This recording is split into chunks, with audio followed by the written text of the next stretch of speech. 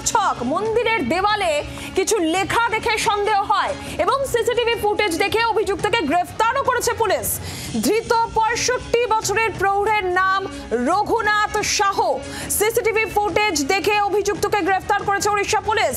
মন্দিরের দেওয়ালে কিছু লেখা দেখেই সন্দেহ হয় নাশকতার ছক কি ছিল পুরীর মন্দিরে।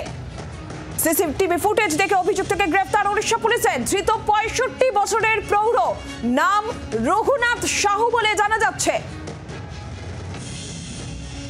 পুরীর মন্দিরে নাশকতার কি ছক কষা হয়েছিল এই প্রশ্ন সামনে আসছে। তার কারণ দেওয়ালের কিছু লেখা, সেই লেখা দেখেই সন্দেহ হয় মন্দিরের দেওয়ালে সেই লেখা ছিল এবং সেই লেখা দেখেই সন্দেহ তাহলে কি নাশকতার ছক কষা হয়েছিল পুরীর মন্দিরে। ইতিমধ্যেই একজনকে গ্রেফতার করা হয়েছে। 65 বছরের প্রৌঢ় রঘুনাথ সাহু, তাকে গ্রেফতার করা হয়েছে। সিসিটিভি ফুটেজ দেখেই অভিযুক্তকে গ্রেফতার করেছে ওড়িশা পুলিশ। দেখুন দেখাচ্ছি আপনাদের এই ধরনেরই লেখা পুরীর মন্দিরের দেওয়ালে, যেই লেখা দেখে সন্দেহ, এই লেখা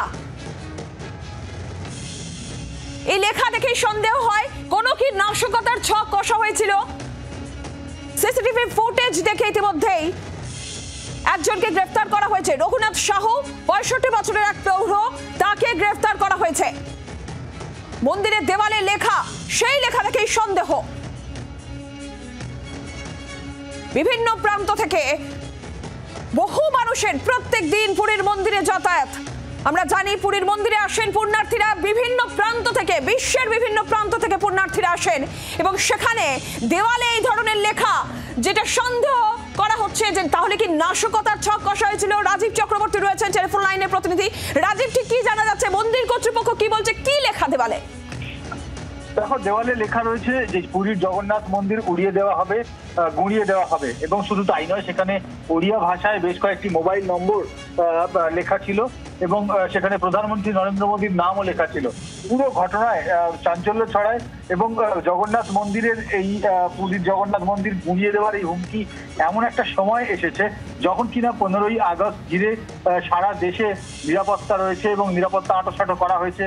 বিশেষত যে সমস্ত গুরুত্বপূর্ণ স্থান রয়েছে সেগুলির, আর সেখানেই এরকম দেওয়ালে লেখা হয়, সেখানে প্রধানমন্ত্রী নরেন্দ্র মোদীর নামটি লেখা থাকায় কিন্তু আরো বেশি করে বিষয়টি গুরুত্ব পেয়েছে। এবং শুধু তাই নয়, সেখানে লেখা রয়েছে জঙ্গিরা মন্দির গুঁড়িয়ে দেবে।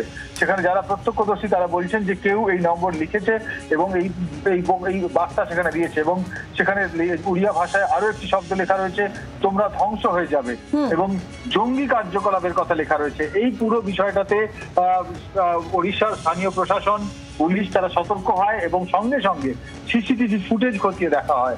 সিসিটিভি ফুটেজ খতিয়ে দেখার পর এক ব্যক্তিকে সেখান থেকে গ্রেফতার করা হয়েছে এবং সেই ব্যক্তিকে গ্রেফতার করে যে তথ্য পাওয়া গিয়েছে যে সে একটি মানসিক ভারসাম্য তার প্রশ্নচিহ্নের মধ্যে রয়েছে। তার কারণ মানসিক ভারসাম্যের তার চিকিৎসা হয়েছে এর আগে এবং টাটায় জামশেদপুরে চায়ের দোকান চালাচ্ছিল। একটি মাদক মুক্তি কেন্দ্র থেকে মুক্তি পাওয়ার পর রঘুনাথ সাহু নামে সেই ব্যক্তিকে গ্রেফতার করা হয়েছে এবং পুলিশ দাবি করছে যে সে এই ঘটনার কথা স্বীকার করেছে, সে লিখেছে।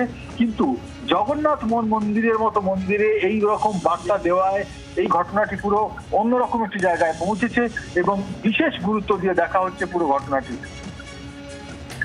রাজীব, ধন্যবাদ। এবং আপনারা দেখতে পাচ্ছেন, আমরা মার্ক করে দেখানোর চেষ্টা করছি, এইভাবেই লেখা ছিল, যেখানে বেশ কিছু ফোন নাম্বার লেখা এবং উল্লেখযোগ্যভাবে প্রধানমন্ত্রীর নাম লেখা রয়েছে এবং মন্দির গুঁড়িয়ে দেওয়া হবে এমন হুমকিও লেখা রয়েছে। এবং এই হুমকি, এই ধরনের লেখা দেখেই কিন্তু তৎপর হয় পুলিশ। সামনেই 15ই আগস্ট রয়েছে এবং তার আগে পুরীর জগন্নাথ মন্দিরে, সেখানে জগন্নাথ ধামে এইরকম ভাবে লেখা, যেখানে আশঙ্কা করা হচ্ছে তাহলে কি কোনো নাশকতার ছক ছিল এক্ষেত্রে।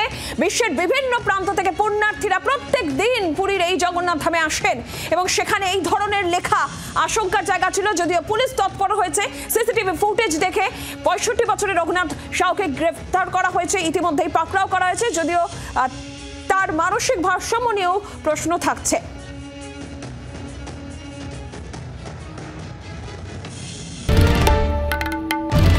বাংলার আওয়াজ, বাঙালির আবেগ, জি 24 ঘন্টা।